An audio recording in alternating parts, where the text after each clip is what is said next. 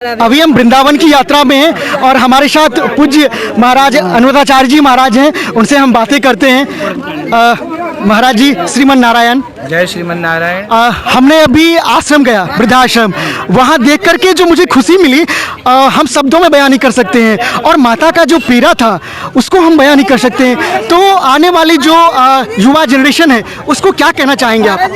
बस यही कहेंगे कि सब लोग केवल अपने अपने माँ बाप की सेवा करें और माँ बाप को घर से ना निकालें, क्योंकि माँ बाप जब घर से निकल जाते हैं तो उस बच्चे की कभी सदगति नहीं होती। उसके लिए हमेशा के लिए उसकी सदगति, उसके मोक्ष में ब्रेक लग जाता है। इसलिए कभी भी अपने माँ बाप के साथ अनाचार अत्याचार नहीं करना चाहिए और आप सब सेवा करें माँ बाप की, तो वृद्धाश्रम बनाने की ज़रूरत ही नहीं पड़ेगी। महाराज जी नए युवा मांस खाते हैं, सब कुछ करते हैं, लेकिन अगले दिन शिवलिंग पे जल चढ़ाते हैं, नवरात्रि करते हैं, तो क्या भगवान इस बात को स्वीकार करेंगे या नहीं करेंगे? उनसे अच्छे हैं वो लोग जो केवल मांस खाते हैं और जल नहीं चढ़ाते हैं। वो कम से कम मांस खाते हैं, पर एक पहलू ये है कि कम से कम वो धर्म से एक थोड़े ही रूप में जुड़े हैं, पर जुड़े हैं। इसलिए उन्हें उन लोगों से तो अच्छे हैं जो मांस खाते हैं पर धार्मिकता जरा भी नहीं है। उनके अंदर कुछ परसेंट है, इस बात से हम सहमत हैं कि कुछ परसेंट धार्मिकता है। यदि वो धार्मिकता बढ़ी तो निश्चित ही उनके अंदर जो मांसाहार की प्रवृत्ति है वो समाप्त हो जाएगी।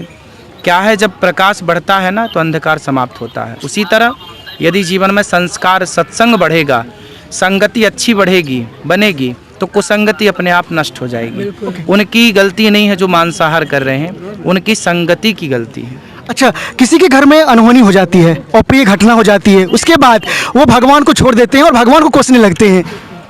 उनका ज्ञान है ये, उसमें भी उनका ज्ञान ही जिम्मेदार है। कोई भी व्यक्ति किसी भी कार्य के लिए जिम्मेदार नहीं होता, या तो उसका ज्ञान जिम्मेदार होगा, क्योंकि आप अच्छा कर रहे हैं तो आप ज्ञानवान हैं, या फिर आपका ज्ञान जिम्मेदार है। इसलिए अज्ञानवश जो कार्य होता है, दंड तो फिर भोगना ही पड़ता है हम सबको, लेकिन मूल में उसका ज्ञान या फिर अज्ञान है। आपकी सफलता में आपका ज्ञान है, आपकी असफलता में आपका ज्ञान है। हर गलत काम में उसका ज्ञान होता है।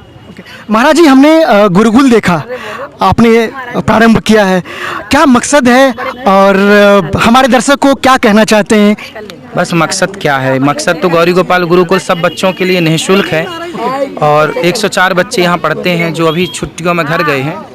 और यहाँ बच्चे केवल भारतीय संस्कृति, जो वेद पुराण हमारी जो वैदिक परंपरा रही है, वो स्वाध्याय करते हैं और उसका प्रचार प्रसार करते हैं, ताकि भारतीय संस्कृति विलुप्त ना हो। गुरुकुलों को भी मुगलों ने नष्ट किया, अंग्रेजों ने नष्ट किया, वो परंपरा बनी रहे। उसी परंपरा को जीवित करने के लिए हम सब प्रयासरत हैं और ये भारत देश की सेवा है। राधे राधे।